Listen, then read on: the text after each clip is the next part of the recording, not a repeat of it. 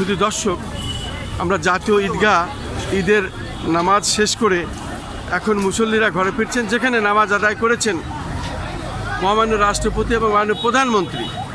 এখানে আমরা কিছু অনুভূতি নিচ্ছি। আপনার নাম পরিচয় দিন, আপনার নাম পরিচয় দিয়ে বলুন। মাননীয় সরকার প্রধানদের সাথে নামাজ আদায় করতে পেরে এত ভালো লাগছে, এত ভালো লাগছে, আগে কখনো এত আনন্দ। সবাই আমরা যেন গাজাবাসীদের পাশে থাকি। ইরান জিন্দাবাদ, ইরান কাছে থাকবে। পারস্য সাগরে ইরান আমাদের একটা অভিভাবক। তাদের সবার জন্য দোয়া থাকলো। আপনার চ্যানেলটিকে বেশি বেশি সাবস্ক্রাইব করবেন।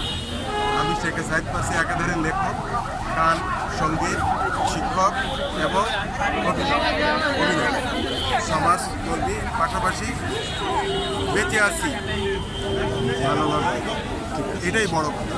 সুস্থ আছি। সাহিত্য পরিষদের পক্ষ থেকে সবাইকে ধন্যবাদ। ঈদ মোবারক, ঈদ মোবারক। আসলে আজকের ঈদের অনুভূতি নামাজের পর প্রত্যেকেই যার যার মতো অনুভূতি প্রকাশ করছেন। আমি সেটাই দেখানোর চেষ্টা করছি এবং সেটাই দেখিয়ে যাচ্ছি।